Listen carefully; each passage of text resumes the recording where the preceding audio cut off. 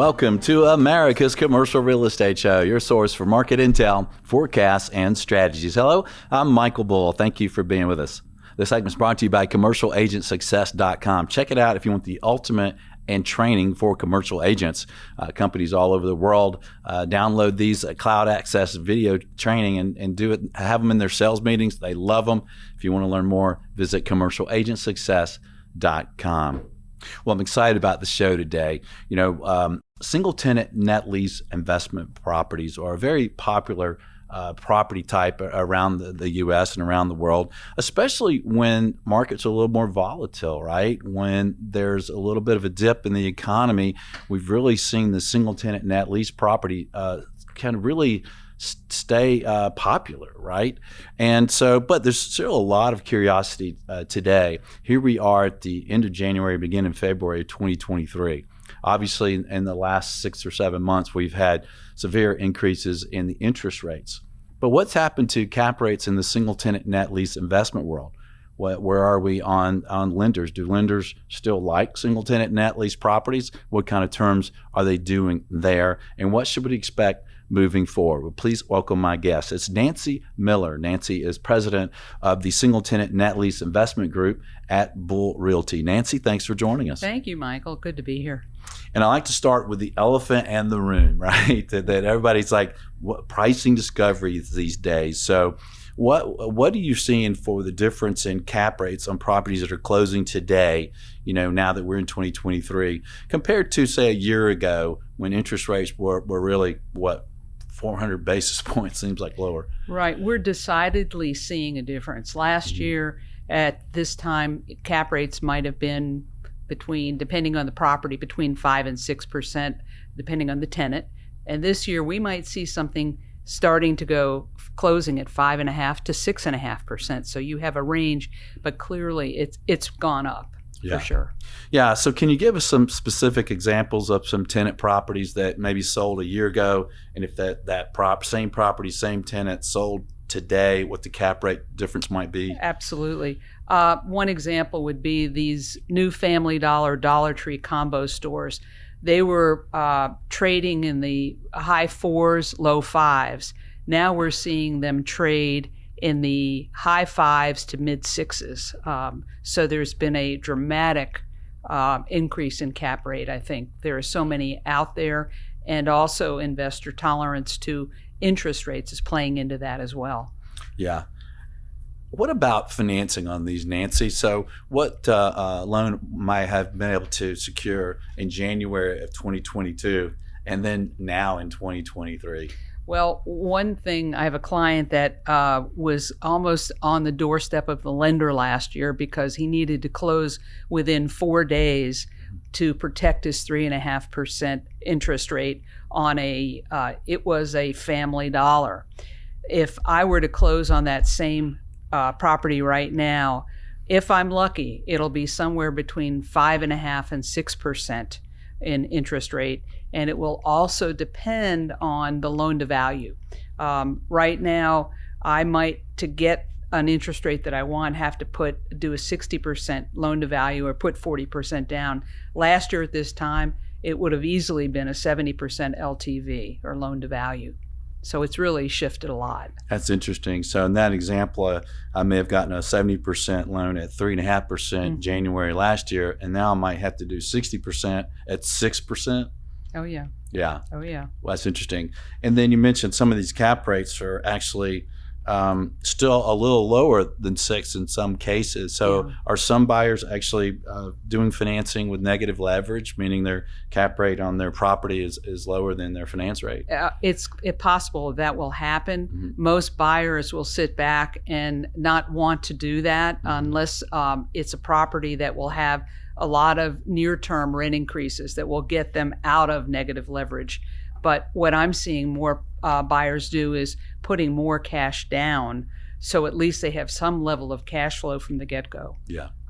And I think some of the listeners and viewers might find that the change in cap rates that we're talking about don't seem significant enough.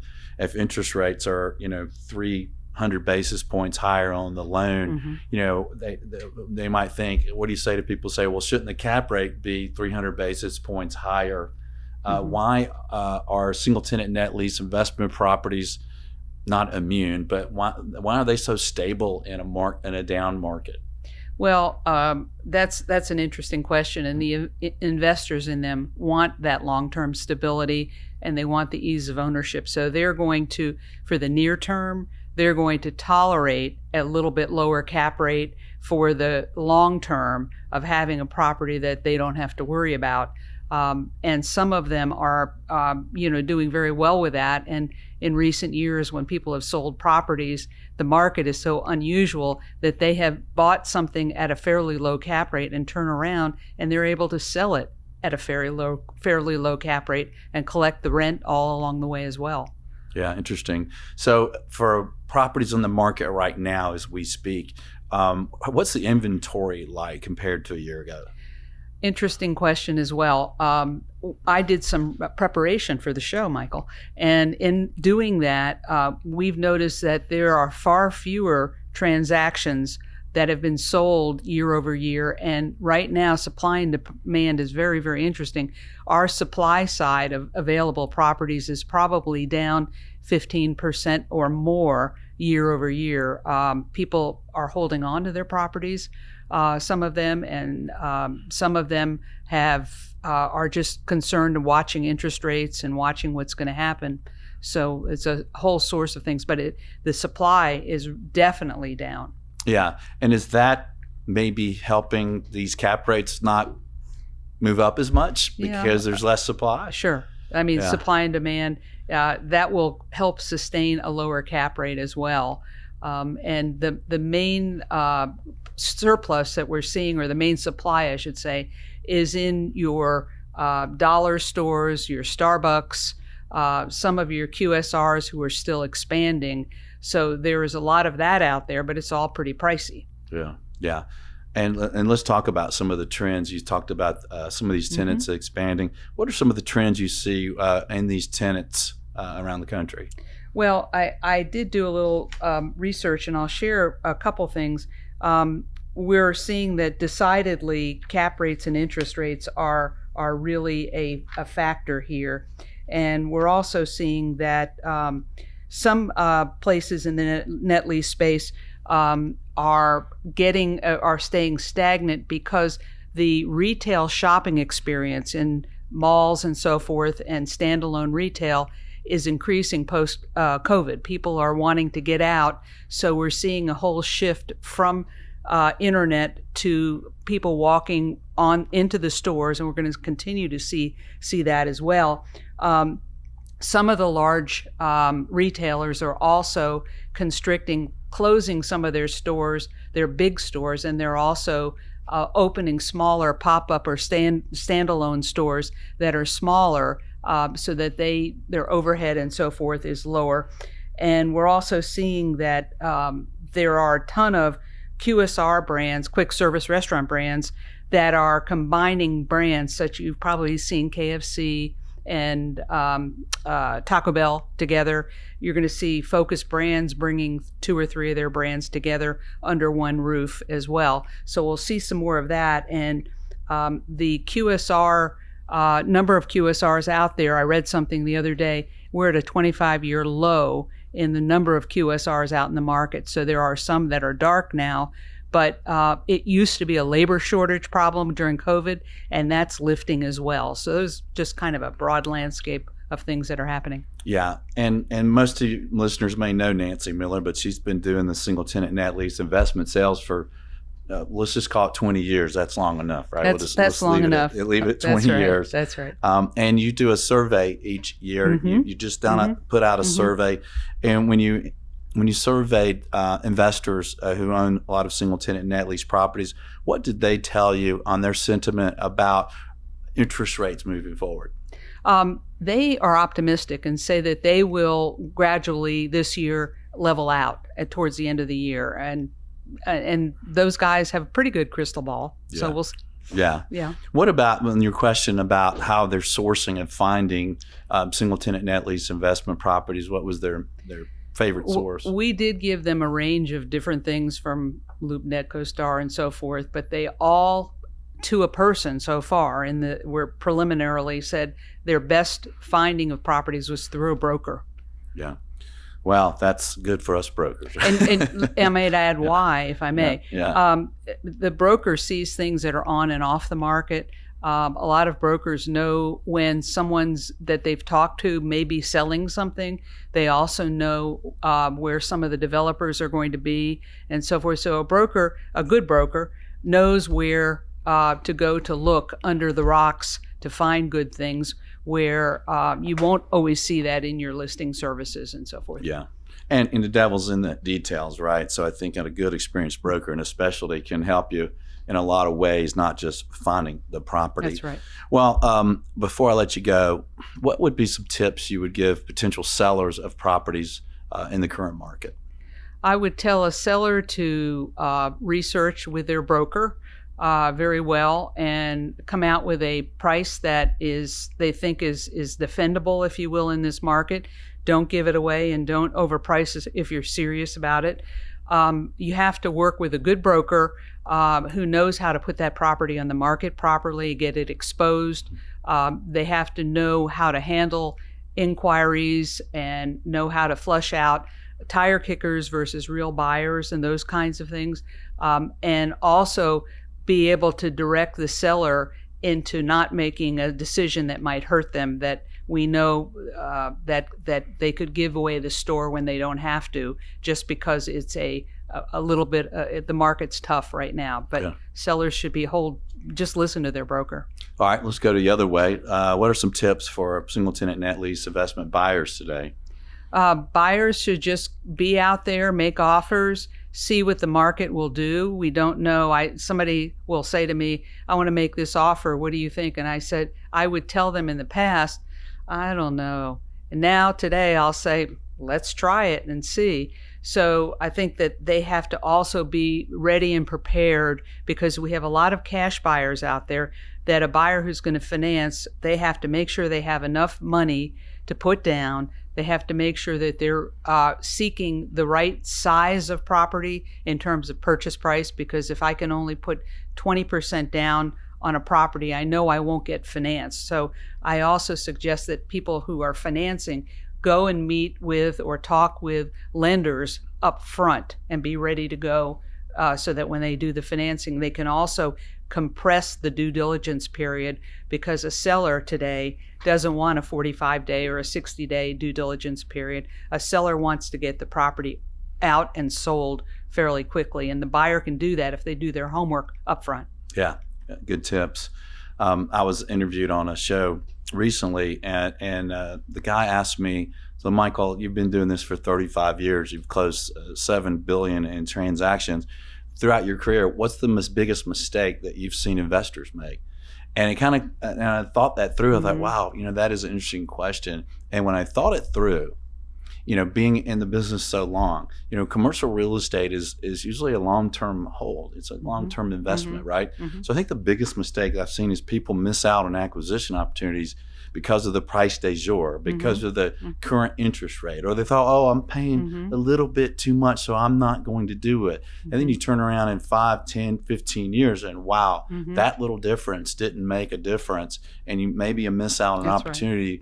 Right. And when you look at the current market, if there's less buyer competition, if some of the rookies who didn't have much cash, they had to finance everything they could, are out of the market, now it's time for the players and the time for the real investors to come out and go, all right, well, maybe I get a better price per square foot, right? Because I'm going to own this long term.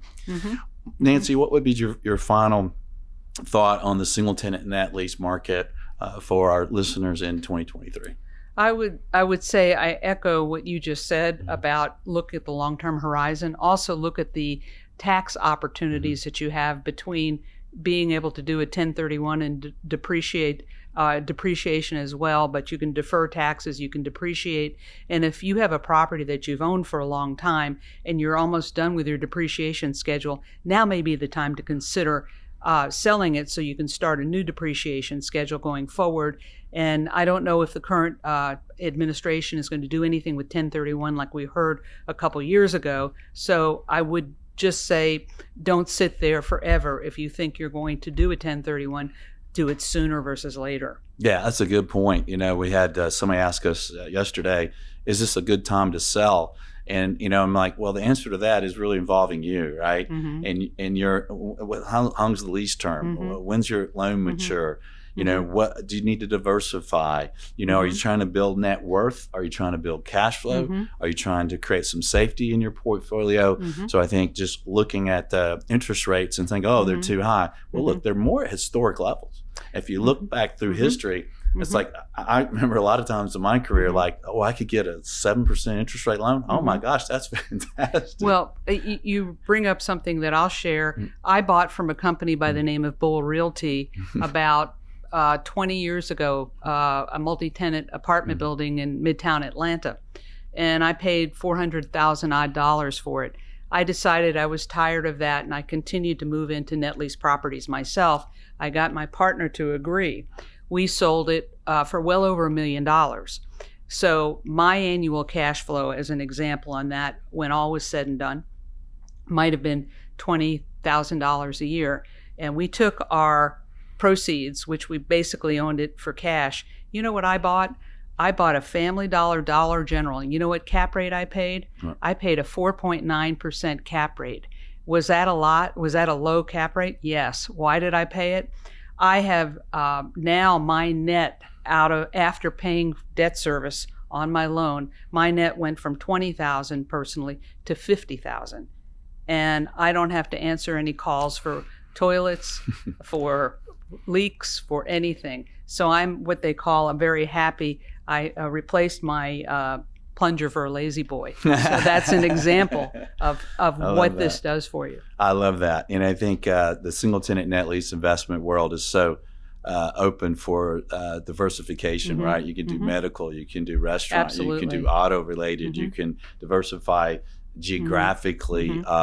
And if you've got properties with some equity, the world's your oyster to improve your situation. Well, Nancy, great information. Thank you for joining us. Thank you. Enjoyed it. All right. And thank you for joining us around the country. Please let us know what you think, and please share the show. Please reach out to us if I can help you in any way. My contact is michael@bullrealty.com. Until next week, be sure that you always lead, learn, and laugh, and join us for America's Commercial Real Estate Show.